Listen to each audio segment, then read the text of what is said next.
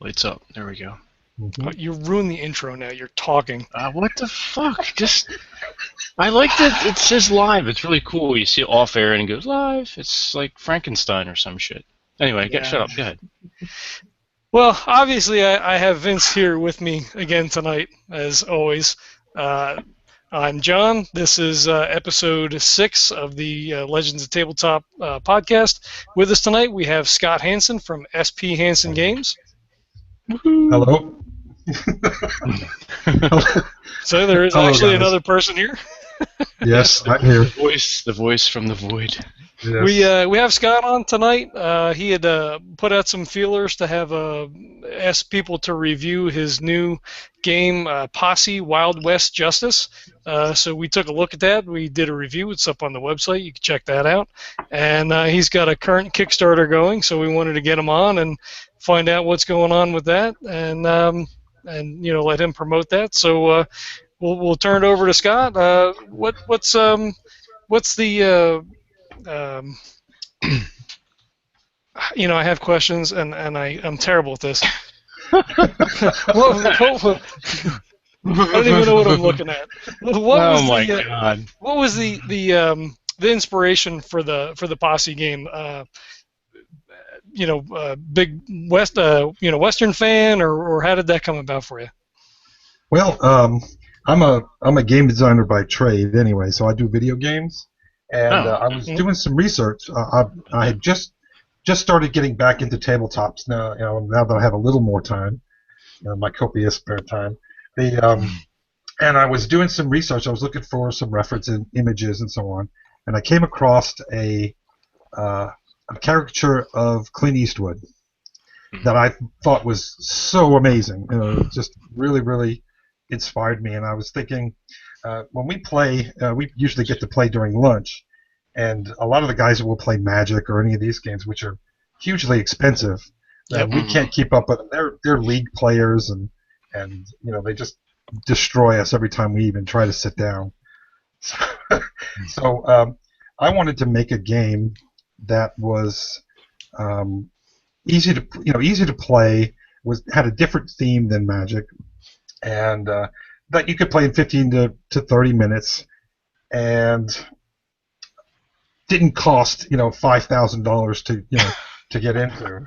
Right. So, and that's where the inspiration came. I just sat down and I said, wouldn't it be cool if I could take this Clint Eastwood image and run with it, and just come up with where you're going in, you're the lawman, and you're going after the bad guys, and that was the birth of Posse.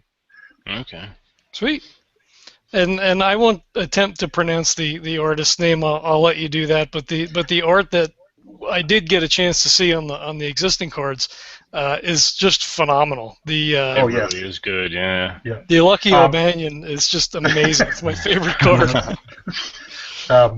He was. That kind of grew. I liked working. His name's Manolis Frangidas, Okay. and he's from Greece. And I had put out a call on BGG, the forums, for an artist, and I got a lot of replies. I got plenty of replies, and just basically spent a few weeks vetting all the artists, asking questions, getting samples. And Manolis was just, not only was he super talented, but he was very, very interested in the project. I had given them an overview and sent them the rules and so on, and he fell in love with it. And so he and I started collaborating with design of the characters and so on, and we started banging out a few of the characters, like Lucky, and he was actually half mine and half Manolis's. He made him into Lucky. He started giving him the Irish hat and the green and the green coloring and so on, and we changed his name to Lucky. That's. But I found him on BGG. I just put out a call, and he was one of the ones that answered, and we were able to come to terms, financially, and how everything, how he would get paid, and we drew up a contract, and we've been working on this since December. So cool. Now the Kickstarter originally was up, I believe, in like January, February. February, yes. And yeah, that was yes. The original Kickstarter, that was I had done my research. I spent about 8 or 9 months researching, reading every blog, every tips and tricks and so on, listening to podcasts, and I had the game designed. I had it all ready to go, and I kicked it off. And one of this, just something you have to learn by experience, that the price point was a little bit too high. I had custom dice. As a designer, I like to go all out. I had to learn the business side of what the market could bear and what people were expecting, and it was just something I couldn't. I didn't have a full grasp on when I kicked off. I had backers. Backers were excited about the game, but that was just a little bit too expensive. So I ended it, and I kept in touch with all the backers from the original thing, and I went back to the drawing board, redesigned the mechanics so that I used regular D6s and just cut corners as much as I could without killing the game. Right. And just really, really tightening, just making everything as focused as I could. Brought it to and got it in front of as many eyes as I could. People that were other reviewers and so on that were local, other designers that had successfully kickstarted, and got attached myself to joined the Dallas Designer Group, which is about 15 or 16 other designers that are connected. So we've got people like from Plaid Hat and so on that are Randover Games that just successfully did their cast and capture. Casey, these people here really, really know what's going on, and they've kind of been looking over my shoulder, making sure that I did everything I could and what I was supposed to. And so then when I was ready, that's when we hit the button again. And now we're basically 2 weeks in. Round two. Yeah. Round two. Yeah, I called it Reboot Hill. The Reboot Hill. There you go. That works. Yeah, there is a pretty huge learning curve for stuff like that, and when I saw it, I was excited because the mechanic on the original mechanic reminded me of like zombie dice, which is a lot of fun to play. And I was like, oh, that's so cool, and that's why when I was emailing you about it and said, is this the new mechanic or what's going on? And the new mechanic is fun as well. All the fiddly bits with the custom dice and all that stuff. That's as a gamer, you want all that stuff, but again, if it's too much. Yeah, it's all about pricing. How much can you? Zombie dice is just dice. It doesn't have. Yeah. It has Thaner and the dice and the rule sheet. I've got the rule sheet and I've got 85 cards and So all of a sudden, all this, and then you start getting into weight for shipping and all the just makes your brain melt. And I had to. I spent a lot of time, going over numbers. How can I ship this to Europe? How can I ship this to these other places? Just keeping the weight down. So you're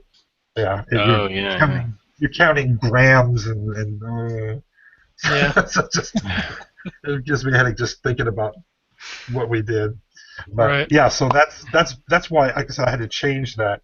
But when doing that, I was able to explore. When I got away from the custom dice, I was able to explore some more things, and I added that. You had that kind of push your luck mechanic that's in there now, and little auction-y kind of worker placement with your dice. You get 6 dice, and those are your bullets, and it just happened to be that it's not like I said, well, I'm going to use 6 dice. It just happened that that's where the sweet spot was. And I was, pleasantly surprised, and I was able to, correlate those two, dice and bullets, which everyone seems to like. They like that. It's like, oh, that's cool, Yeah, it's pretty neat. And then there's, just rolling the dice. There's a lot of re-rolls and dice mitigation, and just depending on how you use your posse, cycling through posse members is using their powers. That really, it seems to appeal to the players. So was very, very, like I said, very surprised. You always, kind of nervous when you first put it in front of people, but people really enjoy it, and I was very, very pleased. And like I said, this trip to Austin this past weekend, the board game bash, was just phenomenal. I mean, everyone that sat down loved it. And, I had one woman. Okay. I had one woman come and she watched the demo and left for about an hour. And when the table cleared, she sat down in front of me and said, "We are playing a game," and and I had to. We played a full game, and with That's people cool. watching. Yeah. So and I'm still getting backers for over the past week. Backers from Austin are steadily coming in, which I'm so thankful for them. The great gamers of Austin. They were really good hosts, and I felt really welcome, and it was just amazing Very experience. cool. And I see you have 18 days to go, so that's good. And Yep. yeah. 18 days. It ends September 1st. Okay. So it was just a little bit less than 30. I started on August 4th, and wanted to end it on September 1st. So that's where we are. We're sitting now at 65. Like I said, I've been kind of going up and down between 65 and 70 as people adjust their pledges and so on and so forth. But we're about to hit 100 backers. Oh, excellent. And so, Sweet. yeah. So hopefully we'll be able to get you a bump just from having you on here. Audience is not huge, but we're doing what we can here to try to help move things along. Oh yeah, like I said, everyone that's seen it and played it and sees what it is, it's not exactly what they were expecting when they look at the cards and so on. But when they see it, it's nice to see that little kind of epiphany when their eyes light up and they go, "Oh wow, that's nice! Oh, this is so smooth!" And yeah, so it's a great game. I said the reviewers, like you guys and other reviewers, have really enjoyed. They like it. They say it's a solid, fun little game. It's cool because even like you were saying, there's a lot of rerolls and dice mitigation and things like that. Yeah. With all that being said, it's still a game that you can play. And I've only played 2-player with my brother, but we could get a game in 15 minutes, even with that. Yeah. So, boost it up to 4 people, you're looking at maybe a half an hour. And, for me personally, a short game, a half an hour game, 15-minute game, that's the sweet spot. Because you can play a couple of different games, if you've got an hour, or you can, play a game for an hour, but play a few games at a time. And that's just a really a good time. Axis and Allies, Risk, Small World, Arkham Asylum, you're 6 hours. It's Oh yeah. who has time for that? A huge commitment. I mean, that's and those are game night, your weekends where you can you're getting to the table at 4 and you don't care if you go till 2 in the morning. Well, 2 or 3 hours of that is learning the rules. Yeah. It's ridiculous. Yeah, and those are fun when you really want to kind of sit down and have a sometimes you're really in the mood for that. You want to get into it's like a very meaty game. It's like very rich.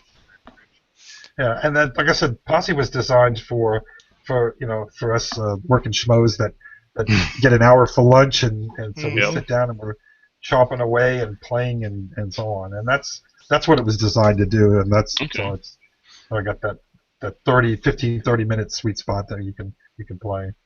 Right. That's a good. If you wanted to play more, the game actually scales very nicely. If you combined 2 decks, 2 of the games, you could play 5, 6, 7 players. It really gets interesting when you have a lot of players that are all going for the same, 6, 7 outlaws. Right. It really gets interesting. You really start to see that the use and the strategy of using your characters, your posse abilities at certain times. It really gets interesting. So, yeah. You had mentioned that you'd done more video games, iPlatform. Is this your first foray into more like tabletop dice game, board game, or? Well, it's Back in the 80s, I was a big Dungeons and Dragons player. We played Yes. everything from TSR, Booty Hill, Star Frontiers. Star Frontiers. In Yep. fact, I've got all of those. I've still got all of my original books from that Oh, time. that's awesome. It's and that's what I was. And we played some war game, the tabletop wargaming things. And I had written a game back in '81 with a sort of a sci-fi tabletop war game that we played a lot. And over about 2 years, we honed the rules and really play tested the heck out of it. And I winded up selling it to Heritage, that was based here in Dallas. And they were getting things, they were getting ready to print that and make. They did some prototype metal figures and so on and so forth. And then they went out of business. Oh, man. So I never got to see it printed. But right after that's when you graduate high school, and then you have to, then real life hits you, and you get a job. And the group that we had, one went into the military, one went off to college, he went to university. The other one moved up. His career was kicking off. He was a chef. And so we kind of drift, we drift away, and we can't play as much as no time. Then you get married and kids, and so real life kind of kicks in. And I was lucky enough to, like I said, break into the video game business, and I've had a lot of success there in the casual market. And like I said, I've always loved tabletops. It's just a matter of time. Exactly. Yeah. When I was doing Xbox and the console games, we would work. Sometimes we'd be 110 hour weeks sleeping at the office and stuff. Yeah, so time to play was nil. There was just no way. Right. But when I got to the casual games, all that crunching and stuff really cut back, and we had more time to be able to start playing. We played, like I said, Magic, and we did some Hero Clicks, and we played games. Oh, okay, yeah. And but like I said, I just really started getting back into the tabletops a little more seriously about a year and a half ago. Oh, sweet. Okay. So, once my kid graduated college and he was, off on his own, then I didn't have to worry about, putting him through college. So, right. Yeah. But, and what do you? I was gonna say, what do you get on the table these days? Are you checking out 5th edition Dungeons and Dragons, or? I have no group. You know what I mean? I'm so far away from the other guys. I live on the south side of Dallas, and everyone else is on the north side. So it's it's an hour drive to go to Nerd Night and so on. But I get to play. Like I said, I'm getting my wife. She's what they call a muggle, and so I'm getting her to play. So we're playing some light stuff, like we got the UC that I'm starting to get her to play. And that's not, Alp Secret's little game is really nice. Little light stuff like that, and then anything we can play when I'm together with the guys, I'll do that. I like the lighter stuff. What else do I have? I just picked up Forbidden Desert.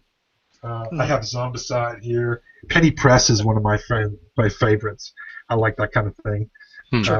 I'm looking to pick up the new New York one, 1901. That looks fun. Things like that. That's what I like that's what I gravitate to. Sure. Well, that's cool. When you're designing a game, what's the hardest part? Is it mechanics? Is it design, like artistic design? What's the bugaboo for you as you're trying to put a game together? Oh goodness. I usually develop the mechanic and the theme together, so that I don't like having a mechanic and then trying to paste a theme on it. What I'll do is if I get inspired by a mechanic, then I'll search for a theme that will go well with it before I even start, and then build the two together. To me, it's always the devil in the details. It's playing and playing and playing, and being able to let go of something that you've a part of the mechanic that isn't really working, and you've got to cut it out, and you put so much work into it. So that's the demon for me, is being able to cull and make everything as tight as possible.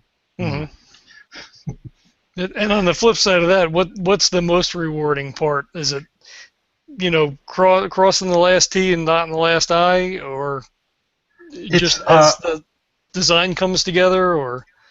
Yes, I love design. Like I said, I've been doing it for 22 years now, and I love the whole process. Um, I love I get the biggest thrill when you can first play the game, even if it's rough.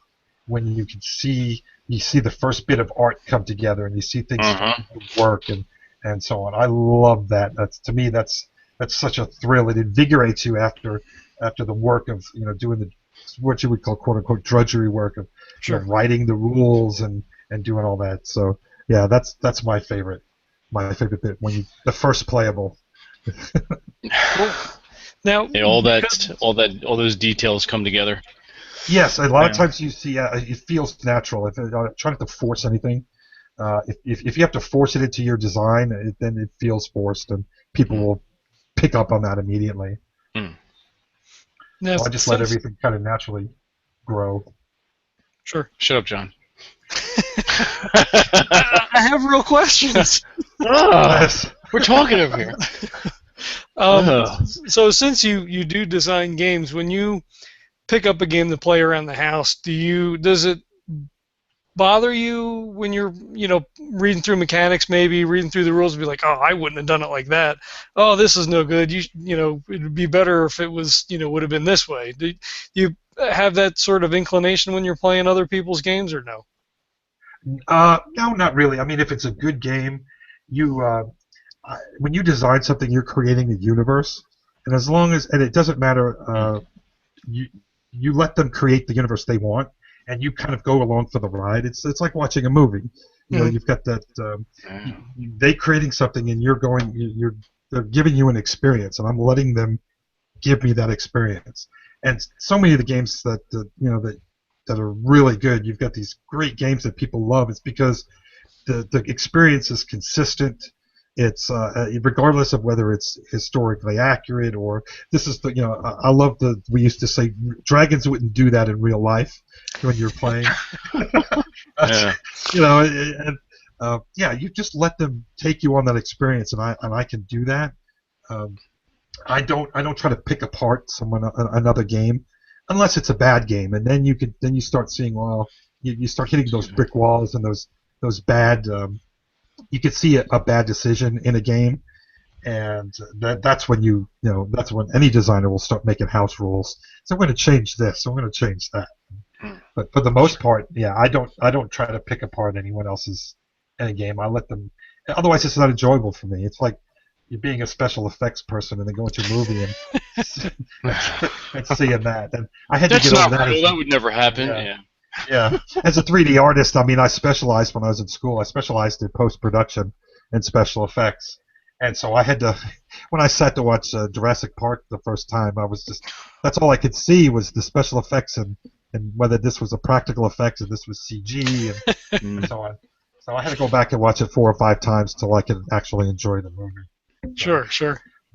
Well, I didn't mean that you do it intentionally. I just didn't know if it would creep in just as a sort of a unconscious thing. No, like I said, I tried not. I had to spend a lot of time.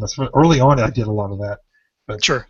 Now that I just let them take me on a ride, I'm just enjoying myself. Sure, just let it breathe. Yeah.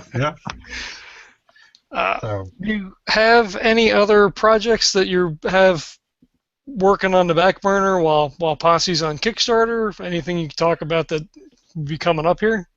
Yes, the next one I'm working on has got the guys excited, and it's got me excited. It's a game based on Native American dances. I call it Mahola, which is the word for dance, and it's one of those. It's just cards. I have 50 cards. Yeah, 50 cards. It's a very quick game. You play it sort of in a love letter-ish style where you play very quick hands and constructing dances, and there's several layers of scoring depending on how you lay the things out.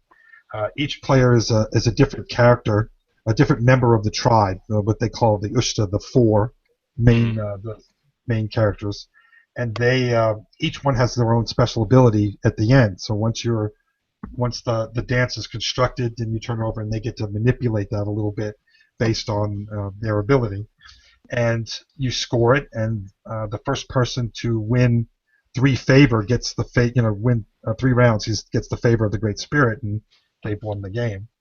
So right now it's in the prototyping phase. It's in beta, and it should be coming up. Should start seeing more and more about it. I guess in another month. Okay. Oh, cool. So is that also going to be a Kickstarter project, or? Probably. I like to use Kickstarter to buy my art. That's basically what I'm doing. Posse's created. It's ready to go, and I'm just doing it so I can buy the art. And with art, it's tough to find a really good artist that at a reasonable price. But you get what you pay for in anything, and so I want to be able to pay the talent what they're worth, and so that they'll put the best they've got into it, and like I put the best that I got into a game. And that's what I use Kickstarter for, is to make the game, finish the game, get the art done, and get it out and start selling it. Cool.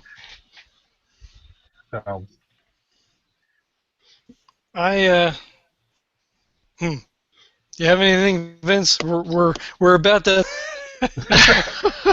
I was about to ask about the art. Do you have anything in particular? Any specific design?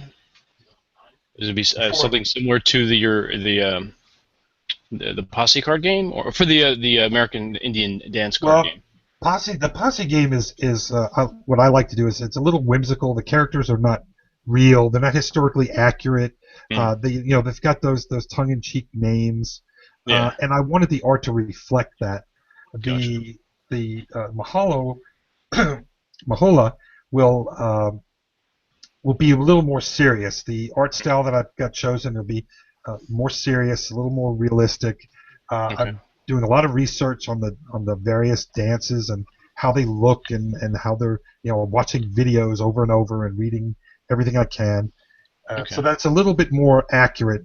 I do take some license on some of that, mainly because a lot of the dances are so many different tribes have different versions of the same dance, and different origins of the dances based on their own customs and so on. So you have to kind of mix and match. It's not going to you can't just take one tribe's view of it, because it's kind of limiting, and they don't have all the dances and so on. So I just take that that sort of like a respectful approach to it, but combine a lot of the different culture, tribal cultures into one game. That sounds really cool. All right. Yeah. Nice. Pretty cool. Yeah. I'll send you guys when I get some cards, some of the art in. I'll send you that, and you can see kind of the style and where it's going. All right. Yeah, that'd be neat. Cool. Definitely check that. You have anything else going on that you like to talk about? Oh, I'm missing you. Yeah, you kind of went in and out there, John. Oh, sorry. You're back. I was going to say, okay. Well, that's good. Do you have anything else going on that you want to talk about? Any cool experiences at any conventions you have going on, or interesting gaming anecdotes, or? Oh my goodness. Well, yeah, it's. Oh my goodness. That was a portentous laugh. Oh yeah. Oh my. Well, like I said, my first convention. First gaming convention that I went to was this one in Austin, and then we've got this big one coming up, BGG-Con in Dallas, and I'm trying to get there, and that's it's sold out so fast. Oh wow! So I'm trying to, I actually work part time here at the local newspaper. I do, I'm in charge of their layout composition, and I do ad design and stuff like that for them, and I also get to cover the cons, so I've been covering Comic-Con here in Dallas and the Fan Days. I've been covering that for several years now. So you got a press pass. Sweet. Oh yes, Yeah. I've got the credentials, nationally, state, and local. Nice. So, and I just went to the first Dallas Walker Stalker Con, which was hugely fun. Cool. And That's cool. yeah, and I'm trying to do the same. I'm trying to see if I can get in and write about that, because I do a lot of our local brick and mortar here. Duncanville Bookstore is they do a lot of work. They get this charity event coming up in September, and then they've got this Halloween bash that they're going to put together. And the guys are really great. Andy and Brian and the rest of them are fantastic and really working in the community. And I like to cover that in stories, so I make sure that I get to write about that. Cool. And I want to be able to do the same thing with the board game, the board BGG Con. So I gotta keep missing. I'm trying to get a hold of trying to meet J.R. Honeycutt, and I keep missing him. I go to a Friday night, and he'll go to the Saturday one when I can't go. so it's back and forth. But yeah, you do any cons on the East Coast? I haven't been able to travel again just because of time. But I'm originally from New York, so I grew up there. So I have family in my cousins and so on still live there. I have family in Virginia. I have family in Boston. I have family in L.A. So it's I've got family all over. It's just a matter of finding the time and the resources to visit all the different cons. Cool. You've got crash pads all over. Oh yeah, it's great. It's funny because we'll crash on my cousin's floor. My wife and I'll fly up to New York and have some fun. Yeah, so cool. Yeah, right now I'm trying to. There's so many small cons that are fun to go to. It's in nice. This area. Yeah. The smaller ones are. Yeah.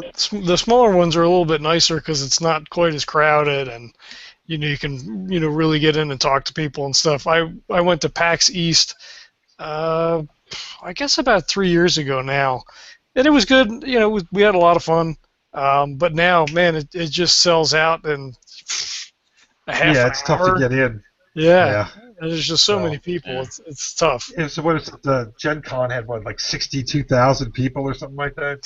Yeah. Oh my God! And then it just reminds me they had to move Dallas Comic Con to the convention center from the Irving Center, just because there was the amount of people going. There was just no room. And, that was the same with PAX East too. Yeah. Boston. Yeah. So it's just and it's phenomenal that you see the industry, the board top, tabletop industry growing at that rate, and it's just phenomenal. And you love to see that, but again, you've got the pros and then the cons, which is just no room to play in the huge cons. Huge. So lines. I had fun. I watched the Geek TV, and they were streaming all day and having interviews, so I watched that. Okay. And That's cool. worked. Nice. That's pretty cool. Yeah. I've got nothing. I've got nothing left. Yeah, I'm done. I'm spent. Yeah. So, Not that I said too much, but I enjoyed listening. Yeah. Well, it's like I said. I enjoyed this, just kind of chatting, and So I spent 3 days doing that, but I got to I got asked different questions. I spent 3 days repeating the game over and over and over and over and over again. Oh, and yeah. I could have done it. Yeah, I could have done it constantly, but again, I just had no voice at the end of it. Sunday night, I was just. Oh yeah. Yeah. Makes for some long days. Yeah, but yeah, it was great, and I look forward to more. So. Cool. Well, that's good. Well, we're wishing you a lot of success. We want to see this thing get printed because it is definitely a fun game. Mm-hmm.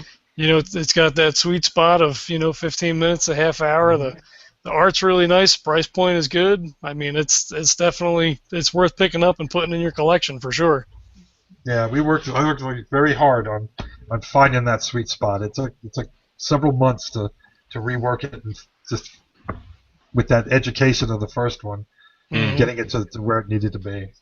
Right. And like I said, I'm very proud of it, and everyone that plays it seems to like it and enjoy it and want to play again. So. All right. If people want to look you up, the website is. They can look at it's possewwj.com, or they can, like I said, look up go to Kickstarter and look up Posse Wild West Justice or Kick Track. I'm on there. So yeah, it's easy to find. Edition. Cool. Reboot Hill Edition. Yeah. Nice. We'll post the links underneath the stream after this is over. All right, sweet. I appreciate that. Yep. Well, we have you stickied right now with the review, and that's got a link to the Kickstarter as well, so people can find that on our website, legendstabletop.com. Yeah.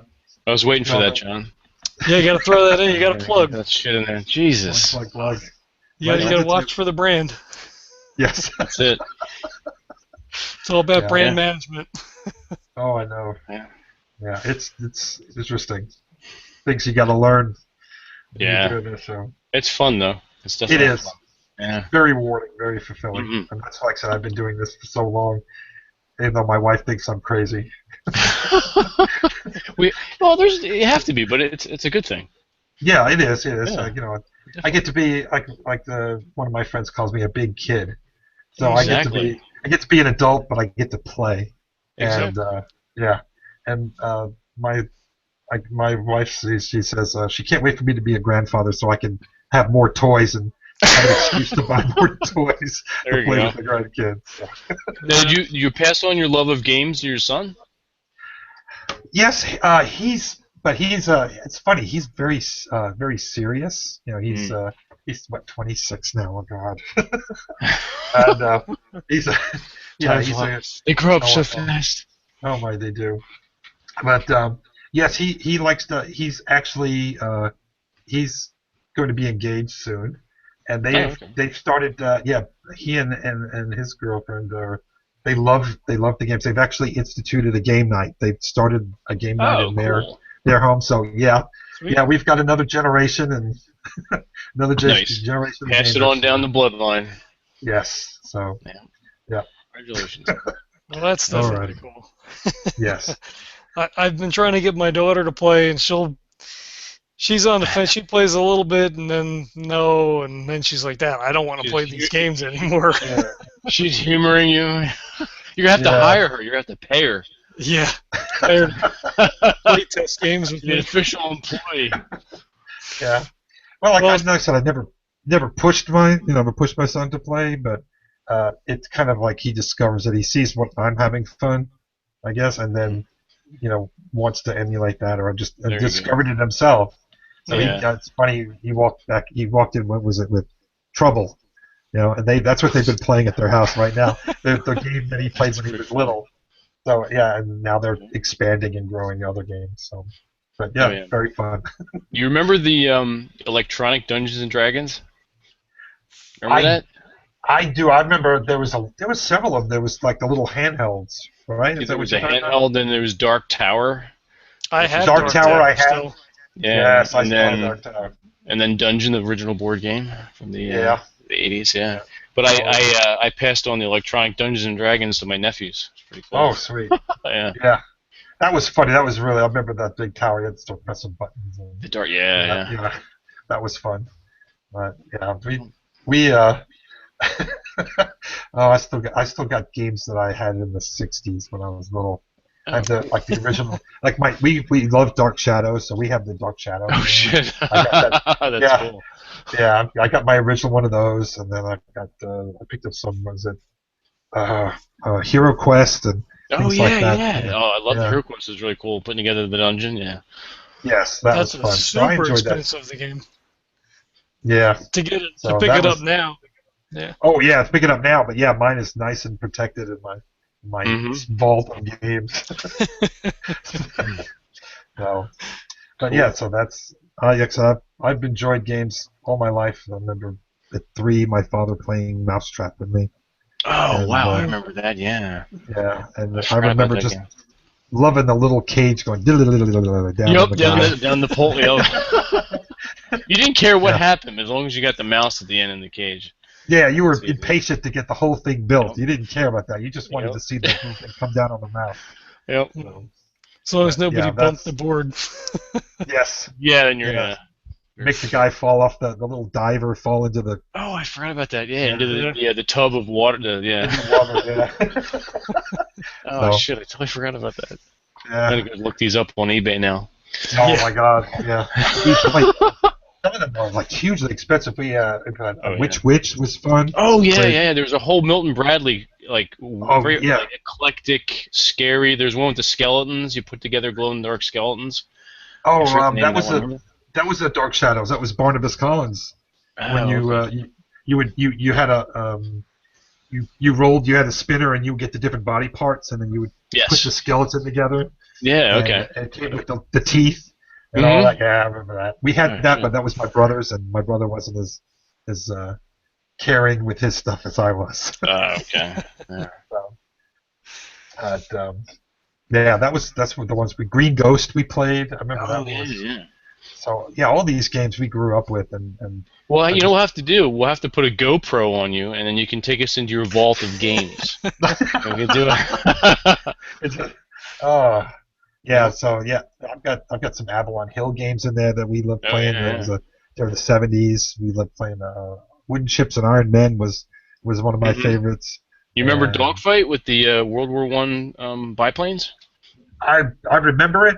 We never played that. It was pretty cool. Little planes on the stand, and you flip over the cards, and you do different kind of barrel rolls and everything.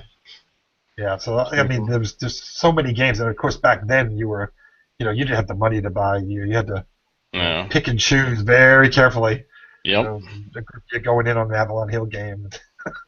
Oh yeah. So, yeah, I remember when I started working, I was like, "Oh, good, I got money to buy games." And then I don't need to eat to this week. Yeah. I'm gonna. Well, it's, you were still at home. You were just getting out of school, things, and then all of a sudden you had to, you were off and on your own, and you couldn't buy games again. And you're like, "Damn it!" Yep. Yeah. Oh, yeah. So, we played a lot of Parcheesi, so I guess I missed out.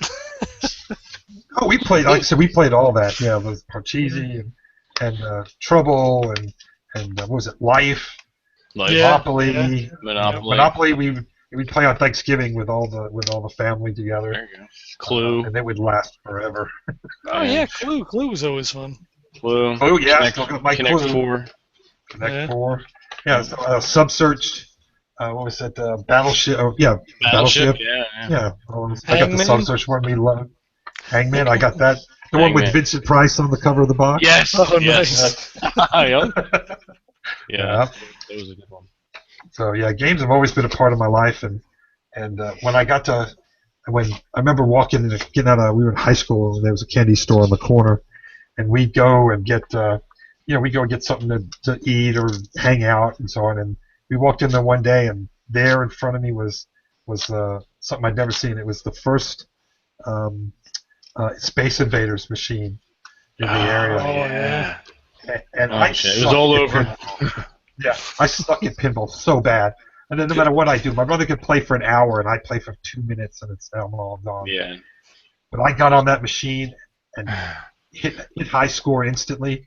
Nice. And I knew I was studying animation, classical animation. You had found your calling. Yes, and I said, yeah, I took computer classes, and I was taking a commercial art and advertising, specializing in effects and animation and so on. And this is back in the 70s, and I saw that this was animation and computer and games, and I just fell in love. Yeah, and that's what I decided I was going to do, and so that's what I did. People will always want to be entertained, no matter what else happens.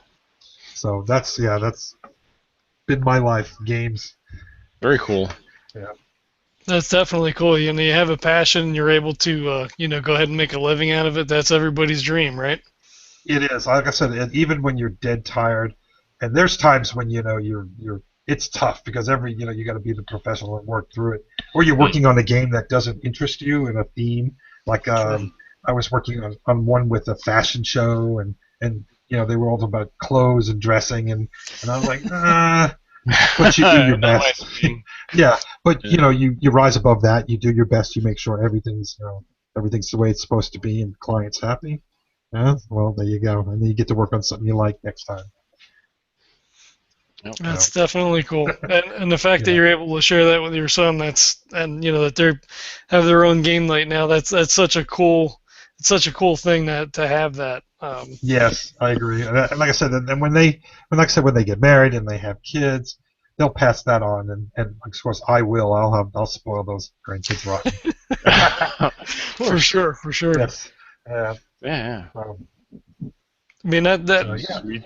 this little endeavor sort of has come out of the same thing for myself and dragging Vince along with me. Just you know, we game quite a bit. I game probably more than Vince does. And we just wanted to take that and be able to share that with people because the gaming community is such a, for the most part, a very good community. They're very inclusive, and to be able to try to help facilitate that and bring people together, and it's a really cool thing to be a part of that. So and doing stuff like this, and potentially being able to help you out with selling some more games, it's just a really cool thing to be a part of. Oh, agreed. Like I said, when you can express yourself, and you express your passion and love for games, that's always a good thing. I mean, I'd do it too if I had time, and I'd love to be able to do it. But then again, you guys do it so well. There's so many. I don't need to. So it's like, okay, I'm just going to concentrate and make games. There you go. We'll Hey, do the somebody has to. You keep making the games, we'll keep reviewing them. There you go. Yep. And it's like I said, it's an adventure. I haven't had a bad experience in a tabletop, Oh, okay, cool. That's good. tabletop community yet. So, like I said, to me, that's just so much fun. Hmm.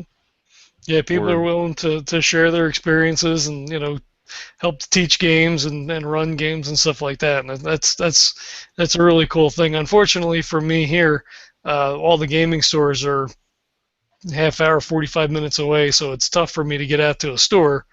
But Yeah. we use Google Hangouts to play Dungeons and Dragons, and I've co-opted my brother into playtesting all these games and stuff with me, so it gives us something to do together, and it's a lot of fun.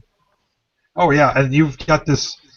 If you've been following it, this AR, this augmented reality, Hmm. where you're gonna watch. You get the HoloLens, the Microsoft thing. I've already seen one game that uses that to give you the elements of a game. So you're gonna think about your board games, where you're going to be playing, but your pieces you'll be able to move virtual pieces where everyone can be playing any type, the Euro games and any of Right. these, zombicides, where you'll have all that in your lens. You won't have to be face to face if you can't be, because there's so many people that are stuck in such remote locations Oh, that they can't get to that. Like I said, I'm an hour away from the big gaming community, and I can't do that every night. I can't do that everything. I can do it once a week, and I do. I don't want to miss it at all. But Right. when you have something like that, I could be sitting here on a Friday night or something like that, and be able to play a game with somebody. Hook up with a couple of the guys and play. So, That is one of the great things about having the technology that we do now, for gaming, is that you can have a guy in Alaska playing D&D on Roll20 with you, and you're in Arizona or Texas or whatever, and you can still virtually hang out, which is pretty cool. I mean, it's it does take a little bit away because you're not together, you're not at the table, and it's not quite the same, but it's still a pretty cool. Next best thing. Yeah, it's the next best thing. It really Yeah, is. for the people that can't do it, they have no alternative. It's invaluable for them. I mean, you get to it's a marvelous tool. Yep, that's for sure. get that gaming Jones. You gotta. Yeah, once you've got the bug, you got to play. Yeah. Vince was running a D&D game for us while I was still living in New Jersey, and when I moved out here to Arizona, I was the only one playing virtually at the time. And log into Google Hangouts and all right, pick up your iPad. Let me see the map a little bit better. I'll just do a flyover with the Pretty cool. And I tell you what, it was pretty cool because it allowed quite a bit of role play. I guess because you're by yourself too. kind of makes you more expressive because you really have to describe and really get into everything that's going on because you're not there at the table. So there is, some added benefit to having that technology, bringing people in. Yeah, like I said, using our technology for good. Yeah, as opposed to evil. Yes, as opposed to evil. $1 million. How about no? Okay. Scotty, don't. No. Come here and give your father a hug. Oh, goodness. How do we segue into that? Yeah, I think it's Ron's fault, bastard. Yeah. Withdrawals from Meeple Crack. So. Yes. Well, at least Scott knew what he was that's a getting game into. I play online, Carcassonne. That's pretty awesome. Yeah. Right. Yeah. In fact, I've made friends with people in Australia, North Carolina, and Florida, and just talk but through the chat on the Carcassonne. It's pretty cool. Yeah. And you've got this. Was it the one I saw? Castles of Mad King Ludwig. They're going to be able to play that on your tablets and so on. That was in. They showed it running and playing on the iPad during the stream from Gen Con. I was just fascinated. October 21st, I think he said, is when it releases. Oh, it's coming! Oh, right around the corner. Sweet. Yeah. It was looked really good. I was really impressed with that. So yeah, you've seen a lot of this melding of the tablets and the board games and everything. And there's been several articles about where a lot of the Xbox crowd, a lot of the console crowd are migrating to board games and tabletops. Oh, wow. Simply because it's the games are much more. There's more variety, there's more themes, there's more things to explore, and it's more social. So, there's more interaction. Yeah, instead of you're sitting there playing the same thing over and over. Halo, Final Fantasy, and it just gets old. Yeah, they're fairly. I mean, they have a rich story, but they're still static. Right. So. Right. Yeah, and again, it's so long in between the games because they're so expensive to build now. There's such high expectations that it just you need a fix in between that stuff. So. Mm-hmm. And it's really kind of the same pool that you're pulling from. I don't do a lot of video games, but I have in the past, and I think there's a lot of common ground between the two. Yeah, to see that sort of migration. Yeah. Yeah. So I mean, like I said, to me, it's amazing to see, especially when you get the you people that love both, but they want that back to that social experience, talking with people, meeting new people. Face to face and being able to shake their hand and know their name and so on. It's just I enjoy that so much. Right, and it's funny and we've talked about this before, but for the stereotype that gamers are awkward or not social or whatever. I mean, we play some of the most social games in the world. So it's D&D. You're sitting around with 4 or 5 other people hanging out, talking, fooling around. It's inherently social, and board games, if they don't degenerate into violence, is the same way. Yeah. Flipping the table. Yeah. Oh yeah, got a present for you. Yeah. Well, I tell you, Monopoly is the devil's game. We don't play that anymore. Yeah. Yeah. Oh my goodness. It brings out the worst in people. Yeah. Like I said, I've been loving all the new stuff that I've discovered, like I said, the last year and a half. I'm kind of catching up with some of the older games, which so I get to explore that stuff that people have already seen, and so that's a little. They envy me a little bit for that. I get to discover the Carcassones and the Settlers of Catan and all that. So, and loving every minute of it. Word. That's right.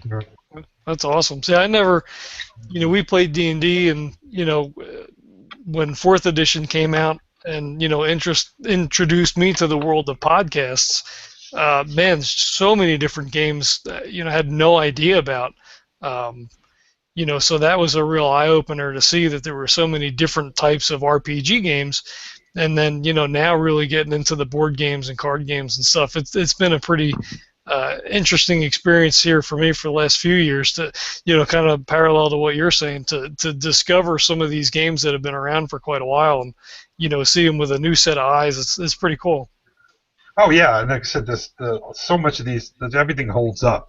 It's not dated at all. You can play it and enjoy it just as much as the day they shipped it. So. Oh yeah. Yeah. Right, exactly. Video games are a little bit different. They become very dated very quickly. Well, as the technology continues, yeah. Yeah, I remember playing the Atari 2600 and yes. And then when the ColecoVision came out, or the 5200. Oh crap! I forgot about that. Yeah, it was very short-lived though. Yeah, that's just before the '83 crash. But when all that stuff came out, it was just amazing. And then of course, a little time goes by, and then the Nintendo, the original NES comes out, and you were just amazed by the graphics. Oh yeah. And now you look back at it, you kind of laugh, but it's you don't know any better, and it's, well, you see, there's a resurgence in those. Oh yeah, that 8-bit art. There's 8-bit, yeah. It's a huge deal now. People creating small little, like almost app type games with that art. Yeah.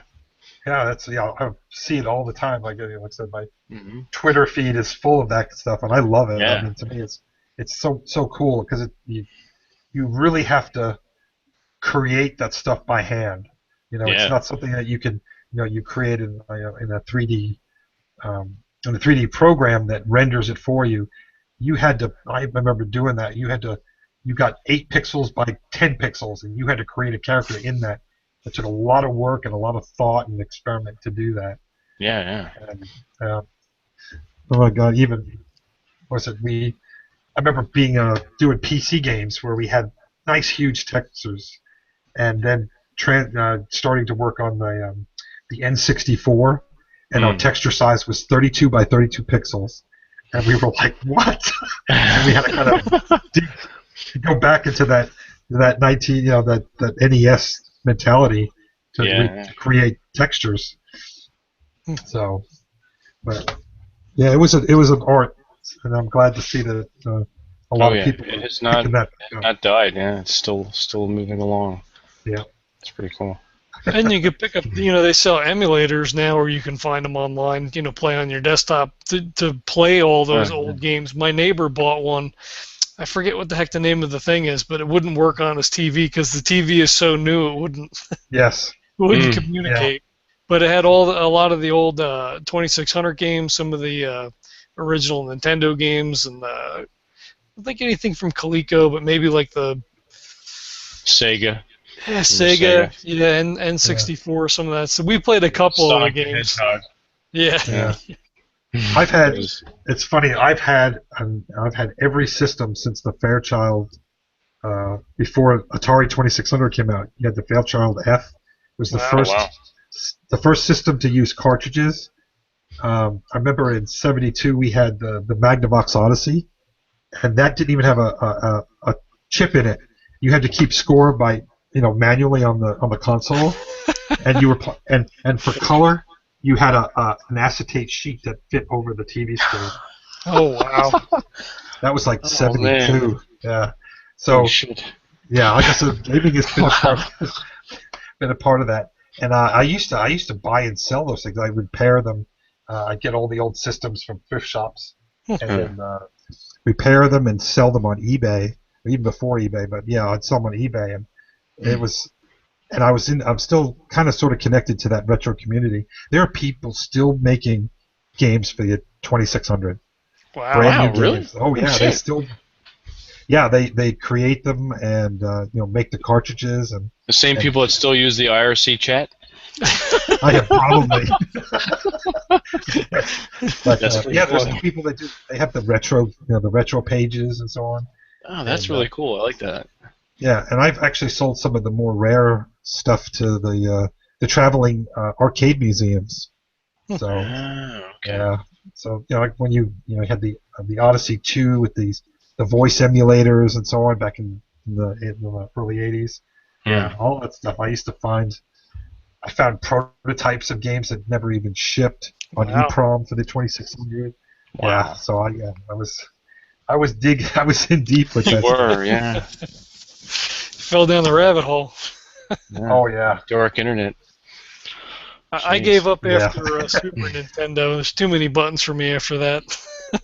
yeah. I'm Well, confused. when I got a chance to play, yeah, my mom we got her the Super Nintendo for Christmas. That's what she wanted, and we couldn't get it away from her. That and Sega. It was Super Mario and Sonic the Hedgehog. Nice. Constantly. Yeah, they were fun Fun games. times. Yeah. My all-time favorite has to be Castlevania 3 for the Nintendo. I love that. Yeah, I'm staying up for hours, my brother and I playing that game. Yeah. yeah. Castlevania was pretty cool. I had the arcade, the original arcade cabinets. Oh, They shit, didn't. really?